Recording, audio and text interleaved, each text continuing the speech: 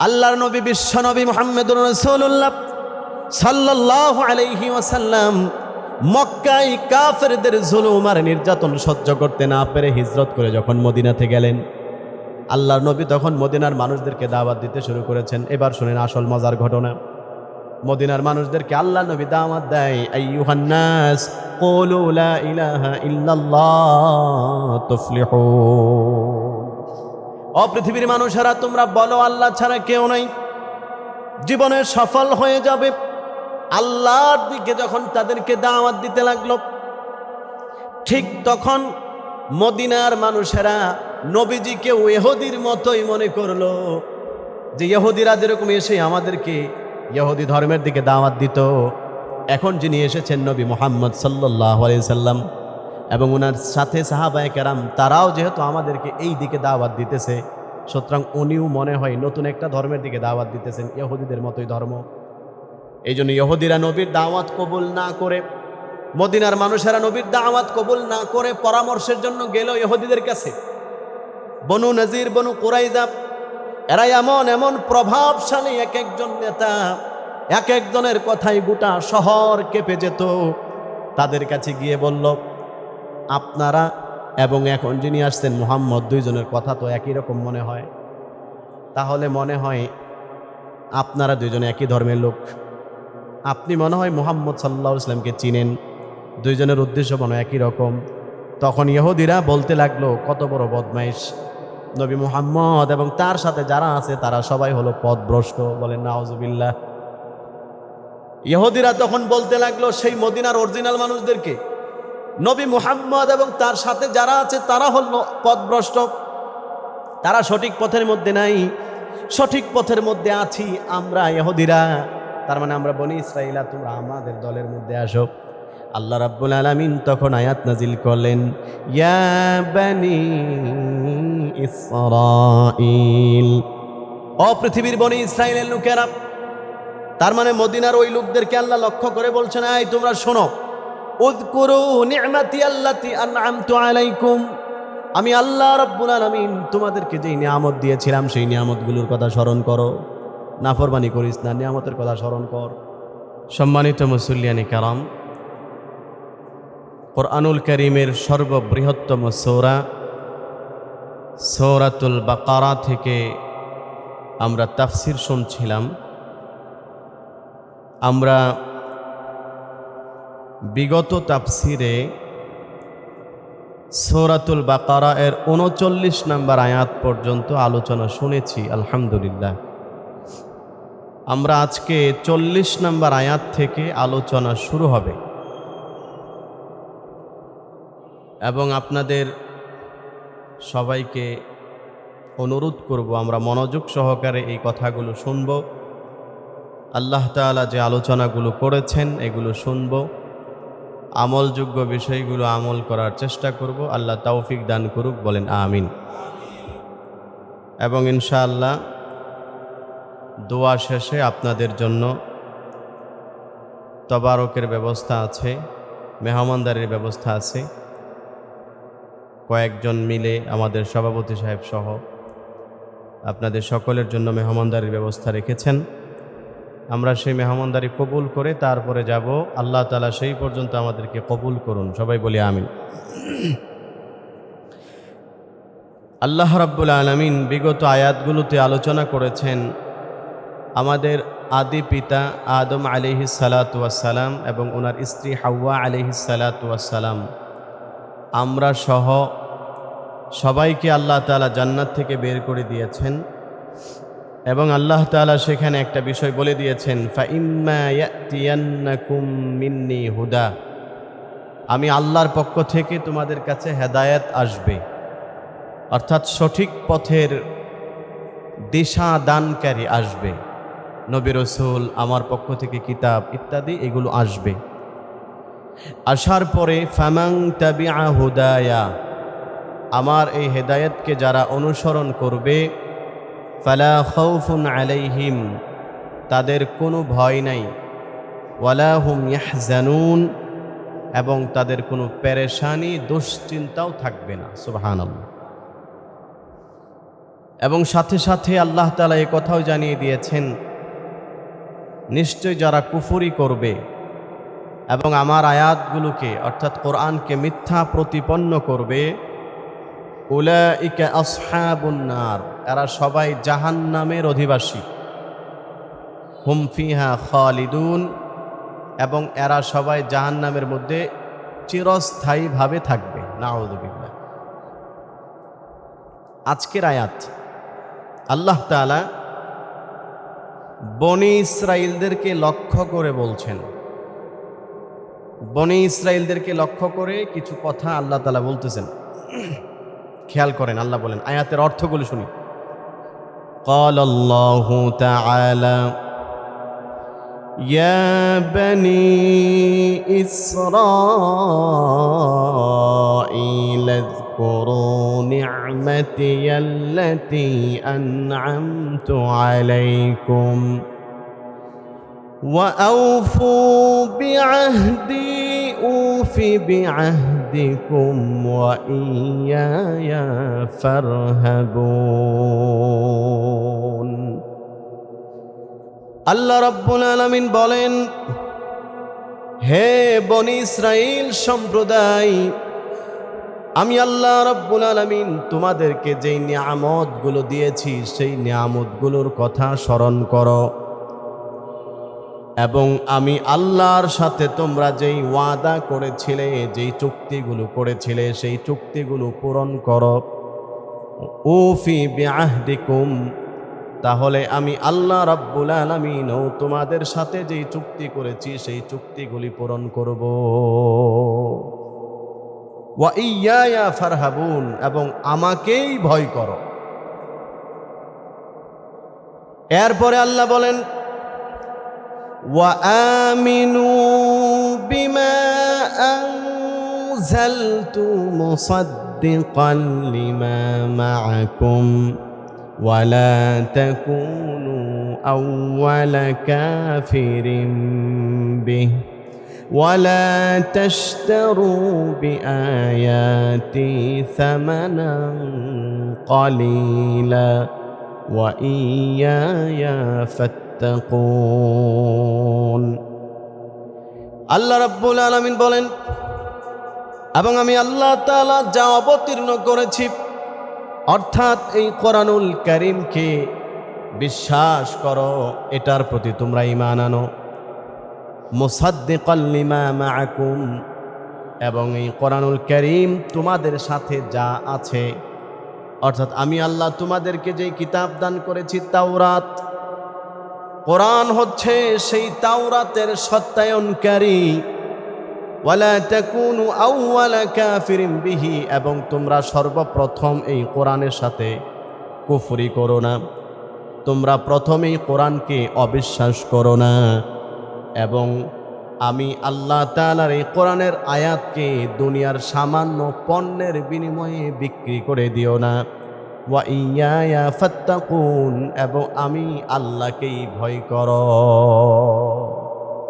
এই কথাগুলো আল্লাহ তাআলা বনি ইসরাইলকে লক্ষ্য করে বলছেন। এখন আসেন আয়াতগুলোর তাফসীর আমরা শুনি। সম্মানিত মুসল্লিয়ানি কেরাম, সূরা বাকারা এটা হলো মাদানী সূরা, অর্থাৎ যেটা নবীজির হিজরতের পরে মদিনায় অবতীর্ণ হয়েছে। নবীজি সাল্লাল্লাহু আলাইহি ওয়াসাল্লামের হিজরতের পরে এই আয়াতগুলো অবতীর্ণ হয়েছে, এবং এই আয়াতগুলো যে আল্লাহ তাআলা অবতীর্ণ করেছেন, এখানে সরাসরি আল্লাহ তাআলা সম্বোধন করেছেন বনি ইসরাইলকে। আল্লাহ বলেন, ইয়া বনি ইসরাইল, হে বনি ইসরাইল, তোমরা উযকুরু নি'মাতি আল্লাতী আন'আমতু আলাইকুম, আমি আল্লাহ যেই নিয়ামত তোমাদেরকে দিয়েছি সেই আমার নিয়ামতগুলোকে স্মরণ করো। এখানে প্রথম বিষয় হচ্ছে বনি ইসরাইল বলে আল্লাহ তাআলা কি বুঝিয়েছেন। বনি ইসরাইল কারা? বনি ইসরাইল কে? এই কয়েকটা বিষয়। প্রথম বিষয় হচ্ছে বনি ইসরাইল কে। বনি ইসরাইল এটা একজন নবীর নাম।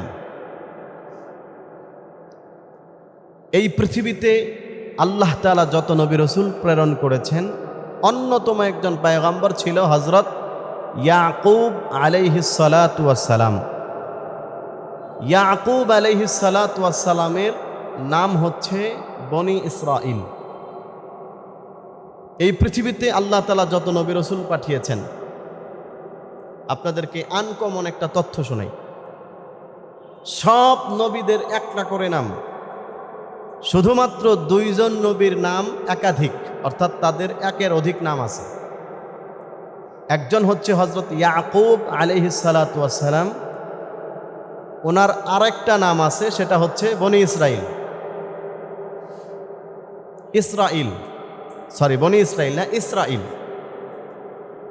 আরেকজন নবী হচ্ছেন আমাদের সকলের প্রিয় নবী হযরত মুহাম্মদ মুস্তাফা, সবাই বলেন সাল্লাল্লাহু আলাইহি ওয়াসাল্লাম। বিভিন্ন হাদিসের মধ্যে আছে নবীজির আল্লাহ তাআলার যেরকম 99টা সিফতি নাম আছে, নবীজি সাল্লাল্লাহু আলাইহি ওয়াসাল্লামের এরকম অসংখ্য সিফতি নাম আছে। সুবহানাল্লাহ বলেন। এজন্য আল্লাহ তাআলা কুরআনুল কারীমে কখনো নবীজিকে এক এক নাম ধরে রাখছেন। যেমন আল্লাহ রাব্বুল আলামিন বলেন, ইয়া আইয়ুহাল মুযাম্মিল। আল্লাহ রাব্বুল আলামিন বলেন, হে চাদর পরিহিত ব্যক্তি। মুযাম্মিল এটা আমার নবীর একটা নাম। আল্লাহ তাআলা কোথাও কোথাও নবীজিকে ডাক দিলেন তাহা। তাহা এটা আমার নবীজির একটা নাম। আল্লাহ তাআলা কোথাও নবীজিকে ডাক দিয়েছেন ইয়া আইয়ুহাল মুদ্দাসসির। মুদ্দাসসির, হে কম্বল পরিহিত ব্যক্তি, এটা আমার নবীর একটা নাম। সুবহানাল্লাহ বলেন। আমার আল্লাহ রাব্বুল আলামিনের যেরকম অসংখ্য সিফতি নাম আছে, জাতি নাম হচ্ছে একটা, আল্লাহ। এটা ছাড়া যত নাম আছে সবগুলো আল্লাহ তাআলার গুণবাচক নাম। আল্লাহ বলেন ঠিক তেমনিভাবে আমার প্রিয় বন্ধু জাতি নাম মুহাম্মদ সাল্লাল্লাহু আলাইহি ওয়াসাল্লাম, এটা ছাড়াও আমার নবীর অসংখ্য গুণবাচক নাম আমি আল্লাহ দিয়েছি। এজন্য আল্লাহ তাআলা কোরআনে নবীজিকে এক এক সময় এক এক নাম ধরে ডাক দিয়েছেন, বন্ধুকে এক এক নামে সম্বোধন করছেন। কখনো মুজাম্মিল, কখনো তাহা, কখনো ইয়াসিন, কখনো মুদ্দাসসির, এরকম নামে আল্লাহ তাআলা নবীজিকে ডাকছেন। তাহলে এই পৃথিবীতে 2 জন নবীর একের অধিক নাম আছে। একজন হচ্ছে আমাদের নবী, আরেকজন হচ্ছে হযরত ইয়াকুব আলাইহিস সালাতু ওয়াস সালাম। ইয়াকুব আলাইহিস সালাতু ওয়াস সালাম, ওনার আরেকটা নাম হচ্ছে ইসরাইল। এখন আসেন ইসরাইল শব্দের ব্যাখ্যা। ইসরাইল এটা হিব্রু ভাষা। ইসরা শব্দের অর্থ হচ্ছে বান্দা, ইল শব্দের অর্থ হচ্ছে আল্লাহ। দুইটা একসাথে করলে ইসরাইল শব্দের অর্থ হচ্ছে আল্লাহ তাআলার বান্দা। আমরা যেমন নাম রাখি আব্দুল্লাহ, আরবি শব্দ। আব্দুন অর্থ বান্দা, আল্লাহ তো আল্লাহ। আব্দুল্লাহ মানে হচ্ছে আল্লাহর বান্দা। ঠিক তেমনিভাবে ইসরাইল শব্দের অর্থ হচ্ছে আল্লাহ তাআলার বান্দা। এটা ইয়াকুব আলাইহিস সালাতু ওয়াস সালামের একটা নাম ছিল। এখন আসেন ইসরাইল, ইয়াকুব আলাইহিস সালাম তিনি কে? ইয়াকুব আলাইহিস সালাতু ওয়াস সালাম এই পৃথিবীতে যত প্রসিদ্ধ নবী আছেন তাদের মধ্যে অন্যতম একজন নবী। এবং সবচেয়ে মজার বিষয় হচ্ছে উনি নিজেও নবী, ওনার বাবাও নবী, ওনার দাদাও নবী, ওনার সন্তানও নবী, নাতিও নবী, পুতিও নবী, লক্ষ লক্ষ নবী আল্লাহ তাআলা ওনার বংশ থেকে পাঠিয়েছেন। সুবহানাল্লাহ বলেন। আমার ভাইয়েরা, ইয়াকুব আলাইহিস সালাতু ওয়াস সালাম তিনি হচ্ছেন ইব্রাহিম আলাইহিস সালাতু ওয়াস সালামের সরাসরি নাতি। আপনারা জানেন ইব্রাহিম আলাইহিস সালাতু ওয়াস সালাম, ওনার বিবি ছিলেন তৎকালীন সময়ে রাজকুমারী হযরত সারা আলাইহিস সালাতু ওয়াস সালাম। ওনার কোনো সন্তান হয় না। কোরবানির সময় আলোচনা করেছিলাম আমি লম্বা ইতিহাস। সন্তানাদি হয় না দেখে ইব্রাহিম আলাইহিসসালামকে দ্বিতীয় বিয়ে করালেন হযরত হাজার আলাইহিসসালামের সাথে। ওনার গর্ভ থেকে প্রথম সন্তান জন্মগ্রহণ করলো, নাম হচ্ছে ইসমাঈল আলাইহিসসালাম। ইসমাঈল আলাইহিসসালাম হচ্ছেন ইব্রাহিম আলাইহিসসালামের দ্বিতীয় বিবির সন্তান। এবং ইসমাঈল আলাইহিসসালামের জন্মের কিছুদিন পরে 90 বছর পর্যন্ত যে স্ত্রীর গর্ভে কোনো সন্তান হলো না, আল্লাহ রাব্বুল আলামিন এবার সারা আলাইহিসসালামের গর্ভে আরেকজন সন্তান দান করেছেন। আল্লাহ তাকেও নবী বানিয়েছেন, তিনি হচ্ছেন হযরত ইসহাক আলাইহিসসালাম। আল্লাহ তাআলার কি কুদরত দেখেন, 90 বছর পর্যন্ত কোনো সন্তান হলো না, আরেক বিয়ে করাইছেন, ওই দিক দিয়েও সন্তান হয়েছে, এখন এই দিক দিয়েও সন্তান হয়ে গেল। এটাই আল্লাহ তাআলার হিকমত। এখন এই প্রথম স্ত্রীর ঘরে যে সন্তান হয়েছে, এই সন্তানের নাম হচ্ছে হযরত ইসহাক আলাইহিসসালাম। উনিও একজন নবী। তাহলে দেখেন, ইসহাক আলাইহিস সালাম ইব্রাহিম আলাইহিস সালামের সন্তান, মুসলিম জাহানের জাতির পিতা ইব্রাহিম, ওনার সন্তান ইসহাক। ইসহাক আলাইহিসসালামের সন্তান হচ্ছে ইয়াকুব আলাইহিস সালাম। ইয়াকুব আলাইহিসসালামের অনেক সন্তান ছিল, এর মধ্যে একজন সন্তান হচ্ছে হযরত ইউসুফ আলাইহিসসালাম। পৃথিবীর এমন কোনো মানুষ নাই যার ইতিহাস শুনে কান্না করে না। আল্লাহ তাআলা যে ইউসুফ নবীর কিচ্ছা কোরআনুল কারীমের মধ্যে শুনিয়েছেন এবং বলেছেন আহসানুল কাসাস, অর্থাৎ এই পৃথিবীতে যত ঘটনা আছে সবচেয়ে উত্তম ঘটনা হচ্ছে আমার পয়গম্বর ইউসুফের ঘটনা। ইয়াকুব আলাইহিস সালামের সন্তান ইউসুফ আলাইহিস সালাম। এরপরে ইউসুফ আলাইহিস সালাম থেকে যে বংশ শুরু হলো, সেই বংশ হাজার হাজার বছর পরে ওনার বংশে আরেকজন নবী আসছেন, মূসা আলাইহিস সালাম। ওনাদের বংশ থেকে সর্বশেষ নবী আসছেন ঈসা আলাইহিস সালাম। আর ওই যে প্রথম সন্তান দ্বিতীয় বিবির ঘরের ইসমাঈল আলাইহিস সালাম, আল্লাহ ওনার বংশে সর্বশেষ প্রায় 3500 বছর পরে মাত্র একজন নবী পাঠাইছেন, তিনি হচ্ছেন বিশ্বনবী মুহাম্মদুর রাসূলুল্লাহ সুবহানাল্লাহ। তার মানে দ্বিতীয় বংশ, অর্থাৎ ইব্রাহিম নবীর প্রথম বিবির গর্ভ থেকে ওনার বংশ থেকে যে লক্ষ লক্ষ নবী আসছে, ওই দ্বিতীয় বংশ থেকে আল্লাহ তাআলা এমন এক নবী পাঠাইছেন যিনি আগের যত নবী আসছেন সবার সর্দার, সুবহানাল্লাহ। এরকম একটা বিশাল নামি দামি বংশ ইয়াকুব আলাইহিস সালাম। এইভাবেই পৃথিবীর ইতিহাস চলে আসছিল। এখন আরেকটা আলোচনার বিষয় হচ্ছে যে বনি ইসরাইল কারা। সম্মানিত হাজিরিন, বনি ইসরাইল বলতে ইহুদিদেরকে বোঝানো হয়ে থাকে। হযরত ইয়াকুব আলাইহিস সালামের 11 জন সন্তান ছিল। রমজান মাসে তারাবির আগে যে তাফসীর হয় আমি আপনাদেরকে সেখানে শুনিয়েছিলাম, যারা ছিলেন শুনছেন।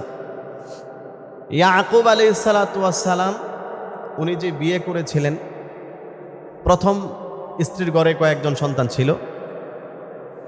এখানে সবার বড় যে ছেলে তার নাম হচ্ছে ইয়াহুদা। এই সন্তানের সাথে সম্পৃক্ত করে ইয়াকুব আলাইহিস সালামের নাতিপুতি যারা, সন্তানাদি যারা, বংশধর যারা, তাদেরকে বলা হয় ইহুদি। ইহুদি তারা হচ্ছে ইয়াকুব আলাইহিস সালামের বংশধর। যেহেতু সন্তান তো একজন না, 11 জন সন্তান। ওনার আরেকজন স্ত্রী ছিল, বিয়ে করেছেন, ওনার গর্ভ থেকেও সন্তান হয়েছে। পরবর্তীতে উনি মারা যাওয়ার পরে ওনার শালিকাকে বিয়ে করেছেন, তার গর্ভ থেকে হযরত ইউসুফ আলাইহিস সালামকে আল্লাহ তাআলা দুনিয়াতে পাঠিয়েছেন। তৃতীয় স্ত্রী থেকে ইউসুফ আলাইহিস সালাম আর ওনার আরেক ভাই ছিল বিনয়ামিন, ওনারা ছিল একজন থেকে। এই ইউসুফ আলাইহিস সালাম সহ টোটাল 11 ভাই, তাদের থেকে অনেক সন্তানাদি জন্মগ্রহণ করছে। এক একটা গোত্র হয়ে গেছে, এক এক ভাই থেকে এক এক বংশ। এই সবগুলো মিলাইয়া এই সব নাতিপুতি সমস্ত সন্তানদেরকে বলা হয় বানি ইসরাইল, অর্থাৎ ইয়াকুবের সন্তানেরা। আরবিতে বানুন শব্দের অর্থ হচ্ছে সন্তান, আর ইসরাইল শব্দের অর্থ হচ্ছে ইয়াকুব আলাইহিস সালাম। তার মানে বনি ইসরাইল মানে হচ্ছে কি? ইয়াকুব আলাইহিস সালামের সন্তানেরা। তবে এখানে আল্লাহ রাব্বুল আলামিন কোরআনে যে বনি ইসরাইল বলে সম্বোধন করেছেন, মজার বিষয় হচ্ছে এখানে সব ইহুদিরা উদ্দেশ্য না। এখানে কোন ইহুদিরা উদ্দেশ্য এটা আপনাদেরকে শোনাচ্ছি। ইহুদি কাকে বলে? ইহুদি হচ্ছে মুসলিম, এদের প্রথম নাম হচ্ছে মুসলমান। অনেকে হয়তো বা জীবনের প্রথম এটা শুনতেছেন, কিন্তু এটাই বাস্তবতা। ইহুদিরা হচ্ছে, এদের প্রথম নাম হচ্ছে কি? মুসলমান। এই পৃথিবীতে আল্লাহ তাআলা যত নবী রাসূল পাঠিয়েছেন, সমস্ত নবী রাসূলরা মানুষকে দাওয়াত দিয়েছেন আল্লাহর দিকে। মুফাসসিরিনে কেরাম বলেন, নবী রাসূলগণ আল্লাহর দিকে দাওয়াত দিয়েছেন মানে হচ্ছে আল্লাহর দ্বীনের দিকে দাওয়াত দিয়েছেন।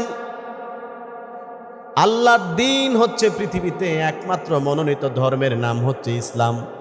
আল্লাহ কোরআনে বলেন, ইন্নাদ-দীনা ইনদাল্লাহিল ইসলাম। আল্লাহ রাব্বুল আলামিন বলেন, নিশ্চয় আমি আল্লাহ রাব্বুল আলামিনের কাছে একমাত্র মনোনীত এবং গ্রহণযোগ্য ধর্মের নাম হচ্ছে ইসলাম ধর্ম। বলেন সুবহানাল্লাহ। সব নবী রাসূলরা সবাইকে ইসলামের দিকে দাওয়াত দিয়েছেন। আর ইসলাম যারা কবুল করে তাদেরকে বলা হয় মুসলিম। তাদের নাম হচ্ছে কি? মুসলিম। এই নামটা রাখছেন কে? ইব্রাহিম আলাইহিস সালাম। আল্লাহ তাআলা কোরআনে বলেন, মিল্লাতা আবিকুম ইব্রাহিম হুয়া সাম্মাকুমুল মুসলিমিন। পৃথিবীর মানুষেরা শোনো, তোমাদের মুসলিম জাহানের জাতির পিতা হচ্ছে হযরত ইব্রাহিম আলাইহিস সালাতু ওয়াস সালাম। আর তোমার ওই বাবাই তোমাদের নাম রেখেছেন মুসলমান, তোমরা মুসলিম। বলেন সুবহানাল্লাহ। আমার নাম ইব্রাহিম, আমার নাম রাখছেন একজনে, আমার বাবা অথবা আমার দাদাই রাখছেন। আমাদেরকে যে বলা হয় মুসলিম, এই মুসলিম নামটা রাখছেন কে? আমাদের বাবা ইব্রাহিম আলাইহিস সালাম। সুবহানাল্লাহ। তাহলে ইয়াকুব আলাইহিস সালাম হচ্ছেন ইব্রাহিম আলাইহিস সালামের সরাসরি নাতি। উনি দ্বীনের দিকে দাওয়াত দিয়েছেন, ওনারই সন্তান হচ্ছে ইহুদি। তাহলে তারা ওনার কথা মতে, যেই ধর্ম মতে চলছেন, সেই ধর্ম যারা অনুসরণ করে তাদের নাম কি? মুসলিম। তাহলে ইহুদি যারা, এদের আসল নাম হচ্ছে মুসলিম। নাসারা যারা, এদের আসল নাম মুসলিম। কিন্তু দুঃখের বিষয় হচ্ছে এরা কখনো নিজেদেরকে মুসলিম নামে পরিচয় দেয় নাই। এরা নিজেদেরকে পরিচয় দিয়েছেন, কেউ পরিচয় দিয়েছেন ইহুদি, কেউ পরিচয় দিয়েছেন নাসারা, কেউ পরিচয় দিয়েছেন সাবিঈ। কোরআনে এই তিন দলের নাম আছে। কেউ পরিচয় দিয়েছেন ইহুদি, কেউ পরিচয় দিয়েছেন নাসারা, কেউ পরিচয় দিয়েছেন আমরা সাবিঈ। এটাও ইহুদিদের মতো একটা ধর্ম, একটা গোষ্ঠী, কিন্তু মুসলিম নামে পরিচয় দেয় নাই। কিন্তু আলহামদুলিল্লাহ আমরা পরিচয় দিই আমরা মুসলিম। আলহামদুলিল্লাহ বলি সবাই। ওরা কেউ পরিচয় দেয়নি, কিন্তু ওরা কিন্তু মুসলিম ছিল। এখন দেখেন, বনি ইসরাইল বলতে আল্লাহ রাব্বুল আলামিন সেই ইহুদিদের সবাইকে বুঝায় নাই, তাদের বিশেষ একটা অংশকে বুঝাইছেন। কাদেরকে বুঝাইছেন? সেই ইতিহাসটা শুনেন। ইব্রাহিম আলাইহিস সালাতু ওয়াস সালাম, ওনার জন্ম হচ্ছে ইরাকে। বর্তমান যে ইরাক আছে, ওনার জন্ম ইরাকে। খুব ভালো করে শুনেন। ইব্রাহিম আলাইহিস সালাতু ওয়াস সালাম যখন নমরুদের অত্যাচার সহ্য করতে পারে না, তখন সেখান থেকে দেশ ছেড়ে, ওই যে কোরবানির সময় ইতিহাস শুনেন, ওনার বউসহ হিজরত করছেন। হিজরত করে গেছেন কোথায়? ফিলিস্তিনে। বর্তমান যে ফিলিস্তিন আছে, ফিলিস্তিনে এসে বসবাস শুরু করছে। কত চমৎকার ইতিহাস, মনোযোগ দিয়ে শুনেন। ইব্রাহিম আলাইহিস সালাম জন্ম ইরাকে, বড় হয়েছেন ইরাকে, নবীও হয়েছেন ইরাকে। কিন্তু সেখানে যখন নমরুদের অত্যাচারে থাকতে পারে না, তখন বউ বাচ্চা সহ হিজরত করে চলে আসছেন ফিলিস্তিন। ইব্রাহিম আলাইহিস সালাম ফিলিস্তিনে বসবাস শুরু করছেন। এখানে ওনার পরবর্তী যে সন্তান হলো ঈসা আলাইহিস সালাম। মনে করেন কয়েকশো বছর চলে গেছে, ওনাদের বংশ চলতেছে। ইসহাক আলাইহিস সালামের গর্ভ থেকে,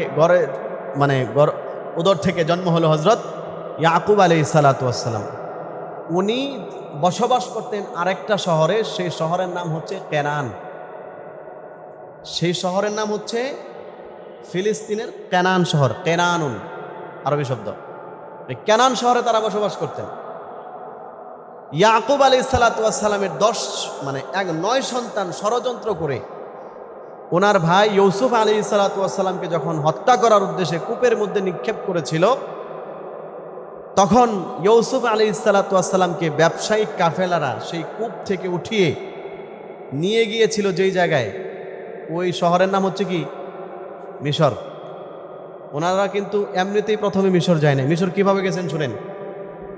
ইউসুফ আলাইহিসসালাম মিশরে যাওয়ার পরে দীর্ঘদিন পর্যন্ত জেলে থাকার পরে, আপনারা ইতিহাস, লম্বা ইতিহাস, ইউসুফ আলাইহিসসালামের ঘটনা কাহিনী জানেন, আল্লাহ তাআলা শেষ পর্যন্ত সেখানে মিশরের প্রেসিডেন্ট বানিয়েছেন। সুবহানাল্লাহ বলেন। এবং সূরা ইউসুফের যে শেষ ফিনিশিং, ইউসুফ আলাইহিসসালামের তাজা গরু 7টা শুকনা গরুকে খেয়ে ফেলতেছে, 7টা শুকনা শস্যদানাকে, 7টা একদম তরতাজা শস্যদানা গিলে ফেলতেছে। এই স্বপ্নের ব্যাখ্যা হচ্ছে ইউসুফ আলাইহিসসালাম করেছিলেন যে 7 বছর খুব ভালো ফসল হবে, তখন সেগুলোকে জমা করে রাখবেন, কারণ পরের 7 বছর দুর্ভিক্ষ চলবে, পুরা দেশের মানুষ খাবার পাবে না। উনি তো বুদ্ধিমান মানুষ, স্বপ্নের ব্যাখ্যা অনুযায়ী খাবার রেখে দিয়েছেন। পরবর্তীতে যখন ইউসুফ আলাইহিসসালামের ভাইয়েরা সেখানে গিয়েছিলেন খাবার আনার জন্য, ইউসুফ আলাইহিসসালাম ওদের গঠন, আকৃতি, কথাবার্তা শুনে বুঝে ফেলছেন এরাই আমার সেই ভাই যারা ছোটকালে চক্রান্ত করে আমাকে মারার জন্য কূপের মধ্যে ফেলে দিয়েছিল। তখন তিনি বললেন, আপনার ফ্যামিলিতে আর কে কে আছে তাদেরকে নিয়ে আসবেন, আরও বেশি করে খাবার বাড়ায় দিব। তখন তারা বলল, আমার বাবা আছে, কেনানে থাকে, কানতে কানতে অন্ধ হয়ে গেছে, মুরব্বী, নাম হচ্ছে ইয়াকুব। কথাটা শোনার পরে ইউসুফ আলাইহিসসালাম আর বুঝতে বাকি নাই যে তাহলে নিশ্চিত এরাই হচ্ছে আমার সেই আপন ভাইয়েরা। সুবহানাল্লাহ। আর আমাদের আরেকটা ভাই আছে, নাম হচ্ছে বিনিয়ামিন। ইউসুফ আলাইহিসসালাম বললেন, তাহলে ওদেরকে নিয়ে আইসো। বিনিয়ামিনকে নিয়ে আসলেন। বিনিয়ামিন আর উনি, এই দুইজনের সাথেই মূলত তাদের শত্রুতা ছিল। ইউসুফ আলাইহিসসালামের সবচেয়ে কাছের। ইউসুফ আলাইহিসসালাম চেহারাটা দেখার পরে, চিন্তা করেন তো একটু, বর্তমানে মানুষ হারায় গেলে থানার মধ্যে জিডি করে 2 বছর 5 বছর পরে পায়, কিন্তু ইউসুফ আলাইহিসসালাম যে জীবিত আছেন এটাও তো ওনার বাবাই জানে না। কারণ ওনার ভাইয়েরা বলেছিল, আল্লাহ কোরআনে বলছেন, আমরা খেলতে গেছি, আয়সা দেখি বাঘে খেয়ে ফেলছে আপনার সন্তানকে। ইউসুফ আলাইহিসসালামের শোকে কানতে কানতে ইয়াকুব আলাইহিসসালাম অন্ধ হয়ে গেছেন। নিজের কলিজার টুকরা সন্তান দুনিয়াতে নাই। ইউসুফ আলাইহিসসালাম এখন মিশরের প্রধানমন্ত্রী হয়ে গেছেন, ফ্যামিলির সাথে কোনো যোগাযোগ নাই। প্রায় 20-25 বছর পরে যখন তাকায় দেখতেছে তার ওই আপন ভাই বিনিয়ামিন চোখের সামনে আসছে, তখন চিন্তা করেন তো ওই সময় মনের অবস্থাটা কি ছিল। সূরা ইউসুফ শুনলে যে মানুষ চিৎকার করে, শেষের এই ফিনিশিংটাতে আসার পরে মনে হয়, এই যে রমজান মাসে আমি তো বলার সময় মুসলিমরা মনে হয় এমন কেউ নাই যে কাঁদে না, অল্প সময় বলছিল। এমন এক লীলা খেলা আল্লাহ তাআলা পৃথিবীতে ঘটিয়েছেন। ইউসুফ আলাইহিসসালাম যখন দেখলেন যে এটাই তো আমার সেই ভাই, কিন্তু এখন বলা যাবে না যে আমি তোমাদের ভাই ইউসুফ, ওদেরকে সিস্টেম করে আটকাইতে হবে, ওর বাবা সহ আনতে হবে। কিভাবে আনবো? উনি নিজে ইচ্ছা করে লোক দিয়ে এক একজনকে এক একটা বস্তা দিয়েছেন, বস্তার মধ্যে খাবার। ইউসুফ আলাইহিসসালাম ওই যে বিনিয়ামিন যে তার আপন ভাই, ওর ব্যাগের মধ্যে একটা স্বর্ণের হার ঢুকাই দিছে। যখন তারা বের হয়ে যাচ্ছেন, ইউসুফ আলাইহিসসালাম ঘোষণা দিলেন, আমার একটা স্বর্ণের হার ছিল, খুঁজে পাইতেছি না, কে চুরি করছে, কেউ নিয়ে থাকলে বলো। সবাই বলতেছে আমরা তো নেই। ইউসুফ আলাইহিসসালাম বললেন, ব্যাগ চেক করো কার ব্যাগের মধ্যে আছে। মূলত ঢুকায় রাখছেন কে? বুঝতেছেন কথা? ঢুকায় রাখছেন কে? উনি নিজেই। উদ্দেশ্য হচ্ছে আটকাবে। খুঁজতে খুঁজতে গিয়া দেখে সেটা পাওয়া গেছে বিনিয়ামিনের ব্যাগের মধ্যে। সুবহানাল্লাহ বলেন। ওইটা যখন বের করছে তখন বলতেছে, কি ব্যাপার, তুমি এটা না বলে নিয়ে গেলা, তোমাকে তো আর যাইতে দেওয়া হবে না। তখন ইউসুফ আলাইহিসসালামের ভাইয়েরা বলতেছে, আসলে এসোর ওর একটা ভাই ছিল, ওইটাও এরকম ছোটকালে এরকম খারাপ ছিল, ওইটার বাগে খেয়ে ফেলছে, ওইটার নাম ছিল ইউসুফ। চিন্তা করছেন? ওনার সামনে বলতেছে। ইউসুফ আলাইহিসসালাম বললেন, ঠিক আছে, তোমার এই ভাইকে ছাড়তে পারি, শর্ত হচ্ছে তোমার বাবার এগিয়ে নিয়ে আসো, এছাড়া তোমাদেরকে ছাড়া হবে না। এই হচ্ছে ওনাদের মিশরে যাওয়ার ইতিহাস। এর আগ পর্যন্ত ফুল ফ্যামিলি ছিল কেনানে। ইউসুফ আলাইহিসসালাম যাওয়ার সময় ওনার শরীরের একটা জামা খুলে দিয়ে দিয়েছেন, যে তোমার আব্বাকে গিয়ে আমার এই জামাটা দিবা। নিজের পরিচয় দেয় নাই। আল্লাহ তাআলা কোরআনে বর্ণনা করতেছেন, ইউসুফ আলাইহিসসালামের এই 9 ভাই যখন জামাটাকে হাতে করে নিয়ে যাচ্ছেন, ইয়াকুব আলাইহিস সালাম দীর্ঘ 25 বছর পর্যন্ত নিজের সন্তানের সাথে কোনো দেখা নাই। কান্না করতে করতে অন্ধ হয়ে গেছে। অন্ধ মানুষটা জোরে জোরে শ্বাস টানতেছে আর বলতেছে, আল্লাহ কোরআনে বললেন, ইন্নী লা আজিদু রিহা ইউসুফ, আহারে আমার ইউসুফকে তো 20-25 বছর আগে বাঘে খেয়ে ফেলছে, কিন্তু আজকে এমন কি হয়ে গেল, আমি তো আমার নাকের মধ্যে আমার কলিজার টুকরা সন্তান ইউসুফের ঘ্রাণ পাইতেছি, আমার ইউসুফের ঘ্রাণ পাইতেছি। আজকে ইউসুফ কি আসছে নাকি, আমি তো ওর ঘ্রাণ পাইতেছি। ইউসুফের ঘ্রাণ তো এতদিন পাই নাই। ইউসুফ আলাইহিস সালামের ভাইয়েরা তখন বলছো, আব্বা আপনি এখনো সেই আগের ভুল ভ্রান্তির মধ্যে আছেন, এখনো ইউসুফের জন্য কাঁদেন। ওই জামাটা নিয়ে চোখের মধ্যে ডলা দিছেন, সাথে সাথে আল্লাহ তাআলা যে অন্ধ হয়ে গিয়েছিল 25 বছর কান্নার কারণে, সাথে সাথে চোখের জ্যোতি আল্লাহ তাআলা ফিরাইয়া দিয়েছেন। এখান থেকে ইউসুফ আলাইহিস সালামের ভাইয়েরা ইউসুফ আলাইহিস সালাম এর বাবাকে নিয়ে সেই মিশরে গিয়েছেন। মিশরে যাওয়ার পরে দেখলেন ইউসুফ আলাইহিস সালাম রাজ্যের সিংহাসনে বসা, বৃদ্ধ বাবা আসতেছে।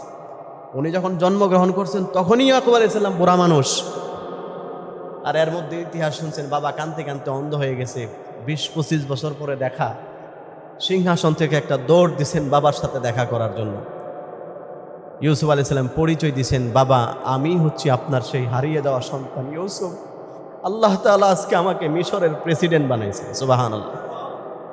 এই কথা শোনার পরে ওনার বাবা, ওনার মা এবং ওনার 11 ভাই, সবাই 9 ভাই, টোটাল 11 জন সাথে সাথে ওনার পায়ের মধ্যে সিংহাসনের নিচে সেজদার মধ্যে পড়ে গেছেন।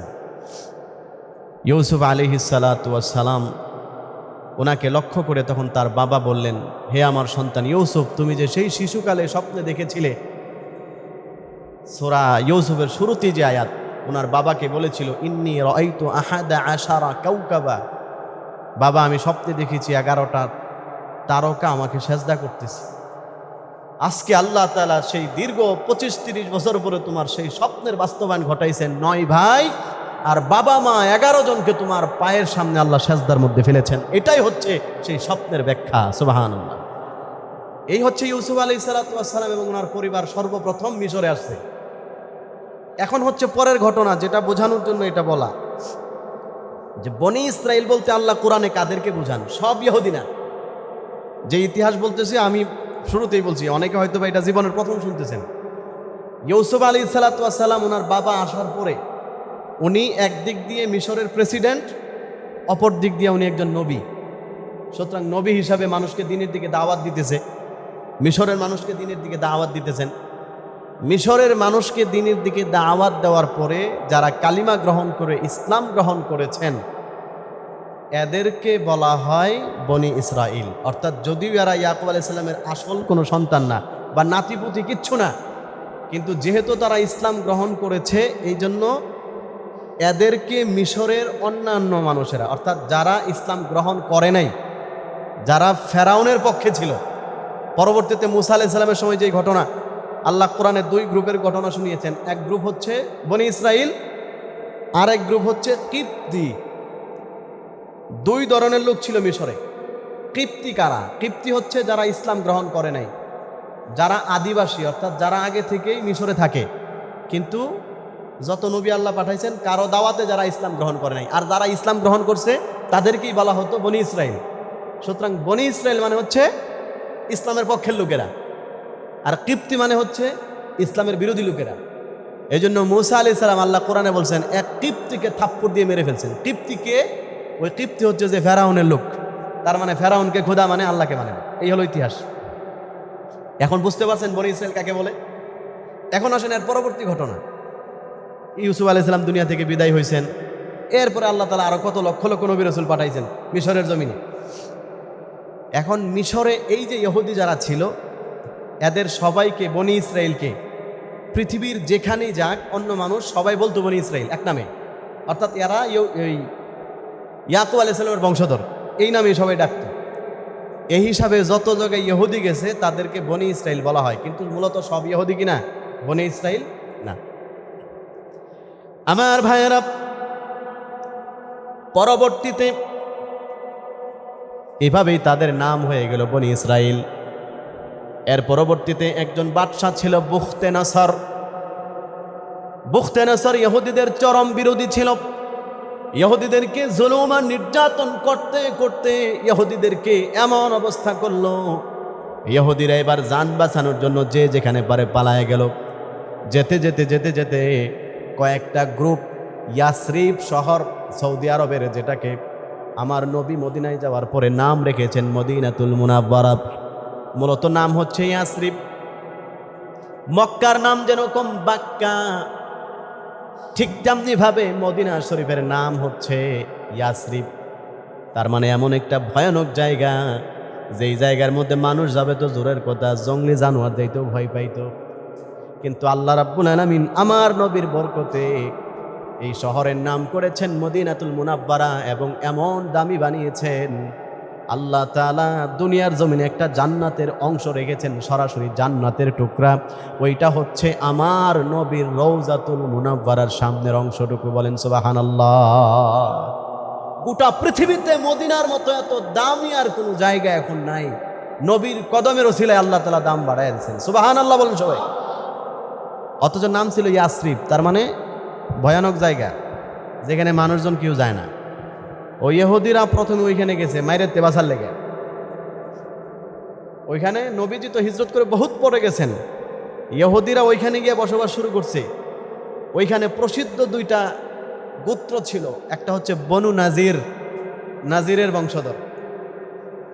নাজির একজন ব্যক্তির নাম, আমাদের নজির ভাই যেরকম সম্মানিত কেশিয়ার সাহেব, নাজির একজন ব্যক্তির নাম ছিল। তার নামে বনু নাজির, মানে কি নজিরের সন্তানেরা শত শত বছর যাবৎ চলতেছে, নজিরের বংশধর। আরেকটা ছিল বনু কুরাইজা, এরা ছিল ইহুদি। এখন সবচেয়ে মজার বিষয় হচ্ছে বনু নজির আর বনু কুরাইজা এরা যেহেতু ইহুদি, ইহুদিদের কাছে কিন্তু আল্লাহ তাআলা কিতাব পাঠাইছেন। যেমন এই মুসা আলাইহিস সালাম, ঈসা আলাইহিস সালাম, এরা তো সবাই ইহুদি, বংশ পরম্পরা ইহুদি। তাদের কাছে আল্লাহ শত শত লক্ষ লক্ষ নবী পাঠাইছেন, কিতাব পাঠাইছেন, সুতরাং তারা নবী কিতাব সম্পর্কে জানে। এখন তারাও কিন্তু মদিনাতে যাওয়ার পরে, মানে জন্মসূত্রে যারা আগে থেকে মদিনায় থাকে, ওদেরকে দাওয়াত দিত ইহুদি বংশের দিকে, যে তোমরা ইহুদি ধর্মে আসো। কেউ দাওয়াত দিত নাসারা বংশে আসো, কেউ দাওয়াত দিত সাবি বংশে আসো, এইভাবে দাওয়াত দিত। এর পরবর্তীতে এবার শোনেন আসল ঘটনা। আল্লাহর নবী বিশ্ব নবী মুহাম্মদুর রাসূলুল্লাহ সাল্লাল্লাহু আলাইহি ওয়াসাল্লাম মক্কায় কাফেরদের জুলুম আর নির্যাতন সহ্য করতে না পেরে হিজরত করে যখন মদিনাতে গেলেন, আল্লাহর নবী তখন মদিনার মানুষদেরকে দাওয়াত দিতে শুরু করেছেন। এবার শুনেন আসল মজার ঘটনা। মদিনার মানুষদেরকে আল্লাহ নবী দাওয়াত দেয়, আইয়ুহান নাস কুলু লা ইলাহা ইল্লাল্লাহ তুফলিহুন। ও পৃথিবীর মানুষেরা, তোমরা বলো আল্লাহ ছাড়া কেউ নাই, জীবনে সফল হয়ে যাবে। আল্লাহর দিকে যখন তাদেরকে দাওয়াত দিতে লাগলো, ঠিক তখন মদিনার মানুষেরা নবীজিকে ইহুদির মতোই মনে করলো, যে ইহুদিরা যেরকম এসে আমাদেরকে ইহুদি ধর্মের দিকে দাওয়াত দিত, এখন যিনি এসেছেন নবী মুহাম্মদ সাল্লাল্লাহু আলাইহি সাল্লাম এবং ওনার সাথে সাহাবায়ে কেরাম, তারাও যেহেতু আমাদেরকে এই দিকে দাওয়াত দিতেছে, সুতরাং উনিও মনে হয় নতুন একটা ধর্মের দিকে দাওয়াত দিতেছেন, ইহুদিদের মতোই ধর্ম। এই জন্য ইহুদিরা নবীর দাওয়াত কবুল না করে, মদিনার মানুষেরা নবীর দাওয়াত কবুল না করে পরামর্শের জন্য গেল ইহুদিদের কাছে। বনু নজির, বনু কুরাইজা, এরা এমন এমন প্রভাবশালী এক একজন নেতা, এক একজনের কথাই গোটা শহর কেঁপে যেত। তাদের কাছে গিয়ে বলল, আপনারা এবং এখন যিনি আসছেন মুহাম্মদ, দুইজনের কথা তো একই রকম মনে হয়, তাহলে মনে হয় আপনারা দুইজনে একই ধর্মের লোক। আপনি মনে হয় মুহাম্মদ সাল্লাল্লাহু আলাইহি ওয়াসাল্লামকে চিনেন, দুইজনের উদ্দেশ্য মনে হয় একই রকম। তখন ইহুদিরা বলতে লাগলো, কত বড় বদমাইশ, নবী মুহাম্মদ এবং তার সাথে যারা আছে তারা সবাই হলো পথভ্রষ্ট। বলেন নাউজুবিল্লাহ।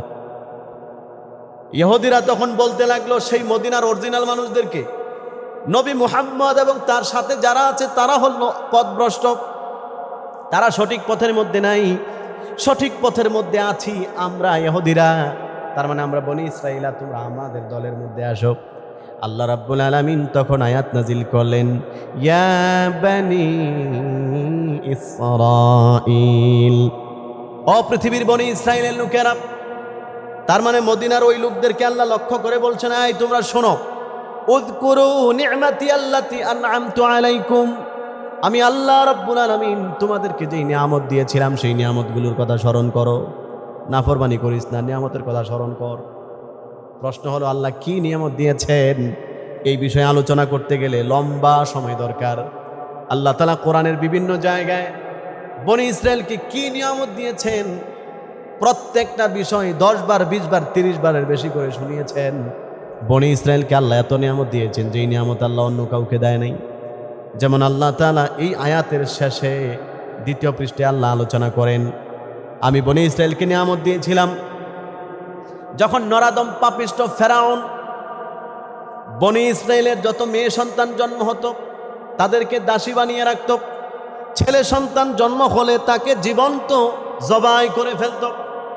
আল্লাহ রাব্বুল আলামিন বলেন, وَإِذْ نَجَّيْنَاكُمْ مِنْ آلِ فِرْعَوْنَ يَسُومُونَكُمْ سُوءَ الْعَذَابِ يُذَبِّحُونَ أَبْنَاءَكُمْ وَيَسْتَحْيُونَ نِسَاءَكُمْ وَفِي ذَلِكُمْ بَلَاءٌ مِّن رَّبِّكُمْ عَظِيمٌ।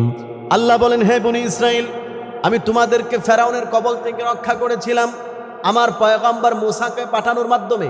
সুবহানাল্লাহ। সুতরাং এটা তোমাদের জন্য একটা নিয়ামত। ফেরাউন তোমাদের নারীদেরকে জীবিত রাখতো, বাদী বানায় রাখতো, দাসী বানায় রাখতো, আর যত ছেলে সন্তান হতো সবাইকে জন্মগ্রহণ করার পরেই জবাই করে ফেলতো। এই বিপদ থেকে আমি আল্লাহ তোমাদেরকে মুক্তি দিয়েছিলাম আমার পয়গম্বর মূসা আলাইহিস সালামকে পাঠানোর মাধ্যমে, উনার ভাই হারুন আলাইহিস সালামকে পাঠানোর মাধ্যমে, যুগে যুগে নবী রাসূলকে পাঠানোর মাধ্যমে। সুতরাং তোমরা সেই নিয়ামতের কথা স্মরণ করো। আরও অনেক লম্বা ইতিহাস আছে। আল্লাহ বলেন, আমি আল্লাহ রাব্বুল আলামিন তোমাদেরকে নিয়ামত দিয়েছিলাম, আমি আল্লাহ তোমাদেরকে 40 বছর পর্যন্ত আসমান থেকে মান্না সালওয়া পাঠিয়ে তোমাদেরকে খাবার খাইয়েছি। একবার রান্না করা লাগে নাই, পাকশাক করা লাগে নাই। 3 বেলা খাবারের সময় আসমান থেকে ফেরেশতার মাধ্যমে সেই খাবারগুলো বান্দা তোমাদের জন্য তোমাদের কাছে আমি আল্লাহ পাঠাইয়া দিতাম। বলেন সুবহানাল্লাহ। ওই নিয়ামতগুলোর কথা স্মরণ করো। আমি আল্লাহ তোমারে কি নিয়ামত দিছে, আর এখন তুমি কি ফাইজলামি করো যে নবী মুহাম্মদ সে হচ্ছে মানে ভ্রান্ত পথে আছে আর তোমরা সঠিক পথে আছে। ফাইজলামির আর জায়গা পাও না। এই জন্য আল্লাহ তাআলা ওদেরকে উদ্দেশ্য করে বলছেন, উযকুরু নি'মাতি আল্লাতী আন'আমতু আলাইকুম, আমি তোমাদেরকে যে নিয়ামতগুলো দিয়েছিলাম সেই নিয়ামতগুলোর কথা স্মরণ করো। এই একের পর এক নিয়ামতগুলোর কথা স্মরণ করো। এরপরে আল্লাহ তাআলা বলতেছেন, ওয়াউফু বিআহদি, তোমরা আমি আল্লাহর ওয়াদাকে পূরণ করো। উফি বিআহদিকুম, তাহলে আমি আল্লাহ তোমাদের সাথে যেই ওয়াদা করেছি সেই ওয়াদাকে পূরণ করব। বলেন সুবহানাল্লাহ। আমাদের আলোচনা শেষের পথে 10টার মধ্যে, যেহেতু খিচুড়ি পাক হইতেছে সময় একটু বেশি লাগবে, এই জন্য মূলত দেরি করতেছি, কেউ উঠেন না।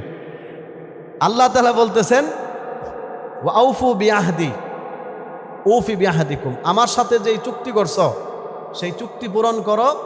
তাহলে আমি আল্লাহ তোমাদের সাথে যে চুক্তি করেছি সেই চুক্তিকে কি করব? পূরণ করব। এখন প্রশ্ন হচ্ছে যে আল্লাহ তাআলা বনি ইসরায়েলের সাথে কি চুক্তি করছেন? যে চুক্তির কথা আল্লাহ তাআলা এদেরকে পূরণ করার কথা বলতেছেন। এখন আল্লাহ বনি ইসরায়েলের সাথে কি চুক্তি করছেন এটাও আল্লাহ তাআলা কোরআনের জায়গায় জায়গায় আয়াত নাযিল করে জানাইছেন যে বনি ইসরায়েল যখন বিপদে ছিল তখন তারা পদে পদে ভুল করছে, আর আমি আল্লাহর কাছে সহযোগিতা চাইছে, আমি আল্লাহ সহযোগিতা করছি, আর তাদের সাথে এই চুক্তিগুলো করছি। আল্লাহ রাব্বুল আলামিন বলেন, ও পৃথিবীর মানুষেরা শোনো, আমি আল্লাহ রাব্বুল আলামিন বনি ইসরায়েলের সাথে একটা চুক্তি করেছি। কি চুক্তি? গভীর মনোযোগ দিয়ে শোনেন। وَلَقَدْ أَخَذَ اللَّهُ مِيثَاقَ بَنِي إِسْرَائِيلَ وَبَعَثْنَا مِنْهُمُ 12 نَقِيبًا وَقَالَ اللَّهُ إِنِّي مَعَكُمْ لَئِنْ أَقَمْتُمُ الصَّلَاةَ وَآتَيْتُمُ الزَّكَاةَ وآمنتم برسلي وعزرتموهم وأقرضتم الله قرضا حسنا لأكفرن عنكم سيئاتكم ولأدخلنكم جنات تجري من تحتها الأنهار فمن كفر بعد ذلك منكم فقد ضل سواء السبيل আমার ভাইয়েরা সূরা মায়েদা 12 নম্বর আয়াতে আল্লাহ তাআলা বিস্তারিতভাবে বলেছেন। আল্লাহ বলেন, আমি বনি ইসরাইলের সাথে চুক্তি করেছিলাম, তারাও আমার সাথে চুক্তি করেছিল। আল্লাহ বলেন ওয়াকালাল্লাহু ইন্নী মাআকুম, আল্লাহ বলেন হে বনি ইসরাইল সম্প্রদায়, আমি আল্লাহ তোমাদের সাথে আছি, তোমাদের সাথে থাকব যদি এই চুক্তিগুলি তোমরা পূরণ করো। 1 নাম্বার লা ইন আকামতুমুস সালাহ, খেয়াল করে শুনেন। 1 নাম্বার যদি তোমরা নামাজ কায়েম করো। 2 নাম্বার ওয়া আতাইতুমুজ যাকাত, যদি তোমরা যাকাত আদায় করো। 3 নাম্বার ওয়া আমানতুম বিরুসুলি, আমি আল্লাহ পৃথিবীতে যত নবী রাসূল পাঠিয়েছি সমস্ত নবী রাসূলকে যদি বিশ্বাস করো। ওয়া আযযারতুমুহুম, এবং তোমরা যদি 4 নাম্বার সমস্ত নবী রাসূলদেরকে সহযোগিতা করো। 5 নাম্বার ওয়া আকরাজতুমুল্লাহা করদান হাসানা, এবং যদি তোমরা আল্লাহকে কর্জে হাসানা দাও, তার মানে আল্লাহর সন্তুষ্টির জন্য যদি মানুষকে দান সাদাকা করো। এই 4টা 5টা কাজ যদি তোমরা করো, এগুলো আল্লাহর সাথে বনি ইসরাইল ওয়াদা করেছে। আল্লাহ বলেন লা উকাফিরান্না আনকুম সাইয়্যাতিকুম, আমি আল্লাহ তোমাদের জীবনের যত গুনাহ আছে ওয়াদা করলাম সমস্ত গুনাহ আমি আল্লাহ মাফ করে দিব। এটা আল্লাহ বনি ইসরাইলের সাথে ওয়াদা করছেন যে তোরা এই 5টা পূরণ কর, তাহলে এরপরের গুলো আমার, মানে এগুলো আল্লাহ বলতেছেন আমি পূরণ করব। 1 নাম্বার লা উকাফিরান্না আনকুম সাইয়্যাতিকুম, তোদের যত গুনাহ আছে আমি আল্লাহ সব গুনাহ মাফ করে দেব।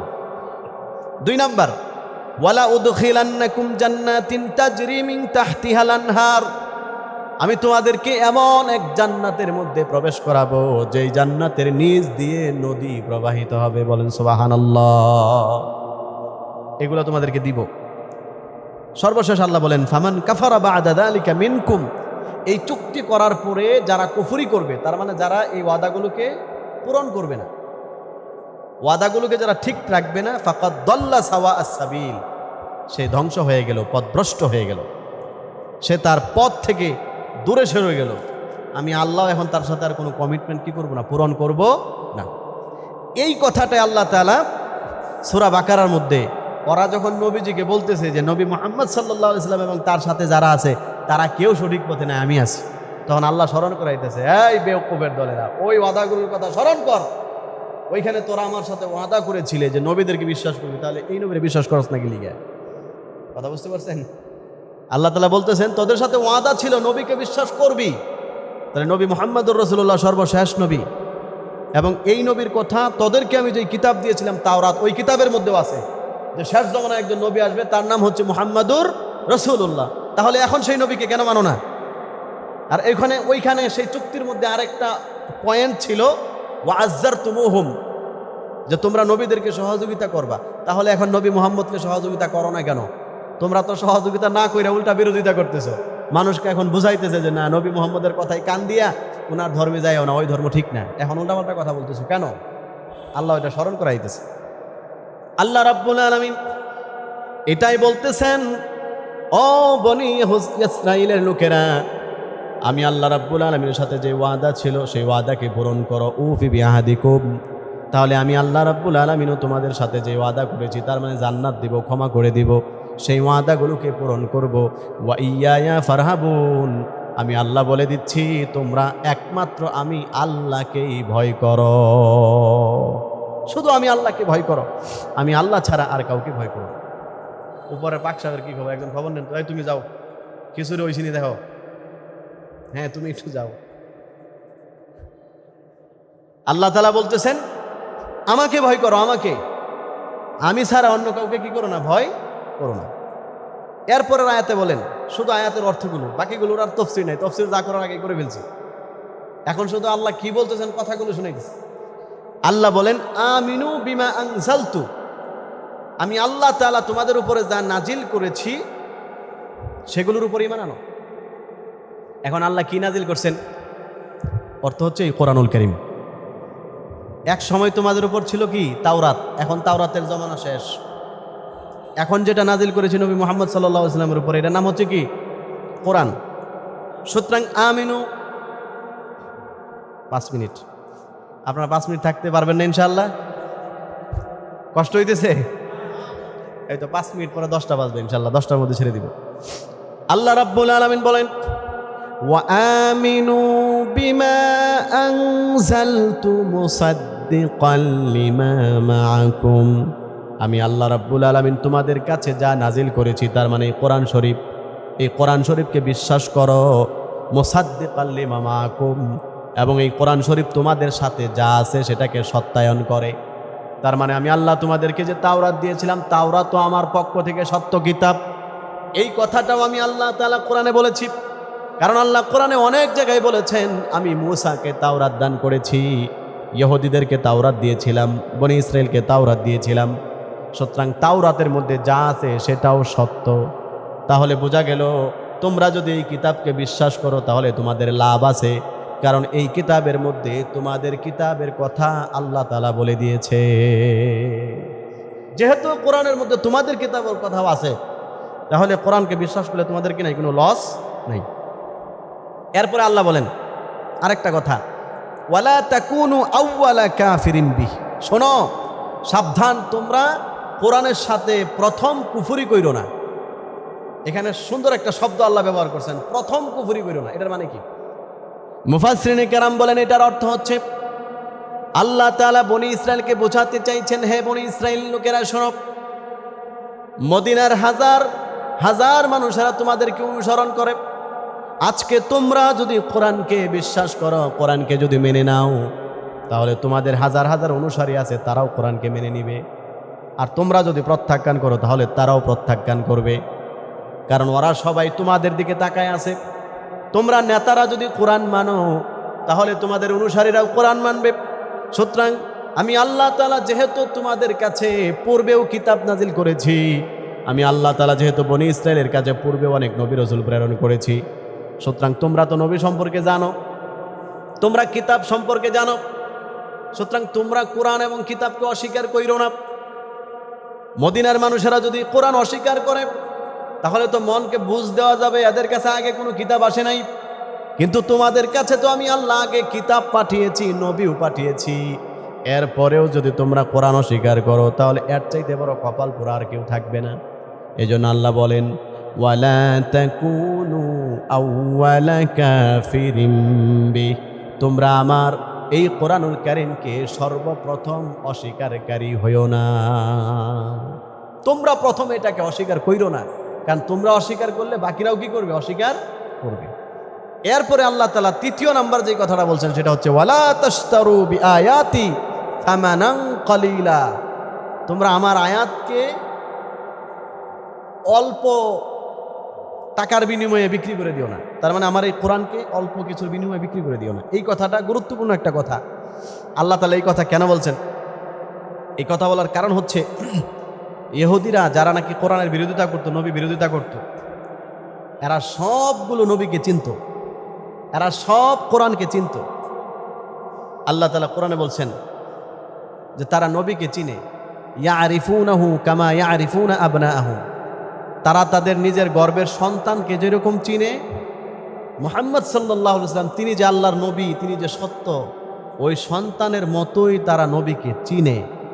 কিন্তু মানে না কেন জানেন?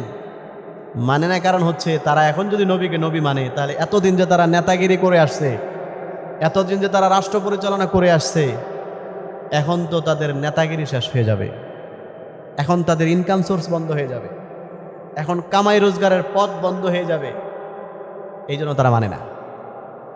এই জন্য আল্লাহ বলছেন সাবধান, আমার এই কোরআনকে অল্প টাকার বিনিময়ে বিক্রি করো না। এই সামানান কালিলা, অল্প পাথের বিনিময়ে বিক্রি করো না।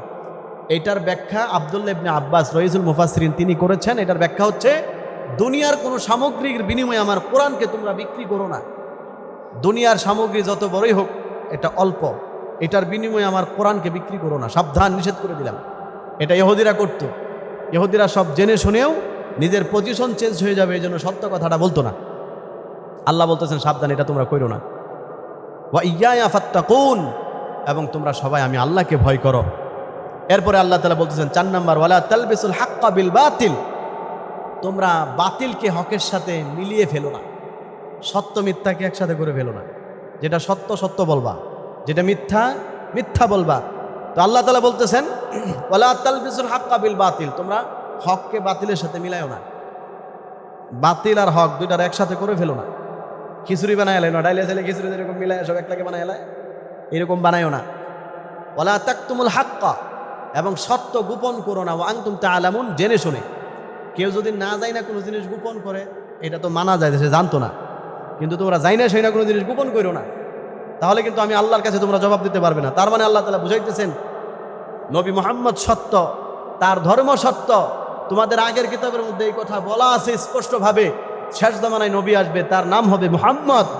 ওই নবী আসার পরে তোমাদের শরীয়ত বাতিল, এই নবীর শরীয়ত কিয়ামত পর্যন্ত চলবে। তোমরা যদি বেঁচে থাকো সবাই মিলে তখন তার অনুসরণ করবে, তার হাতে বাইয়াত গ্রহণ করে, তার হাতে হাত রেখে তার কথা অনুযায়ী চলবে। এই কথা আগের কিতাবের মধ্যে আছে। জেনে শুনে কেন গোপন করো? এটা বুঝাইতেছেন আল্লাহ তাআলা। যাই না শুনে গোপন করো না, বাঁচতে পারবে না। আল্লাহ রাব্বুল আলামিন এই যে কথাগুলো, শেষের যে কয়েকটা কথা, এটা আল্লাহ তাআলা শুধুমাত্র বনি ইসরায়েলকে বলে নাই, আমাদেরকেও বলছেন। অনেক সময় দেখা যায় বাড়িতে, মনে করেন কারো 2টা সন্তান আছে, একজনে ভুল করছে, বিচার করার সময় 2জনকে ডাক দিছে, দোনো সন্তানকে ডাক দিছে। একজনকে বিচার করতেছে, শোনায় শোনায়, ছোটডারে শোনায় বলতেছে, বড়ডারে বলতেছে এই কাজগুলো করবি না, এগুলা করবি না, এগুলা করবি না, করলে সামনে থেকে পিটাই আর ডিউটি ভেঙে গেলাম। খালি বড়ডারে কইছে না ছোটডারে কইছে? আরে মুখে বলেন, ছোটডারে বলে নাই, ছোটটাকে সতর্ক করেছেন। আল্লাহ বলেন আমি ইহুদিদেরকে বলতেছি, কিন্তু মূলত পৃথিবীর মানুষ কিয়ামত পর্যন্ত যারা আছো তোমাদের সবাইকেই বলতেছি, সাবধান, সাবধান। কখনো জেনে শুনে মিথ্যা বলবা না, সত্যকে সত্য বলবা, সত্যকে সত্য বলবা, সত্য মিথ্যা কখনো একসাথে করবা না। এই কথাগুলো আল্লাহ তাআলা আমাদের সবাইকে বলে দিয়েছেন। সুতরাং এটা আমাদের জন্য আমলযোগ্য বিষয়। যেটা সত্য সত্য বলবেন, সত্যকে মিথ্যা বলবেন না। বাতিলকে কখনো হকের সাথে মিলায়া ওই গজা খিচুড়ি বানানো, এটা কখনো আমরা বানাবো না। রাজি আছি না ইনশাআল্লাহ? আল্লাহ তাআলা আমাদেরকে কথাগুলো বুঝার এবং আমল করার তৌফিক দান করুক, বলে আমিন।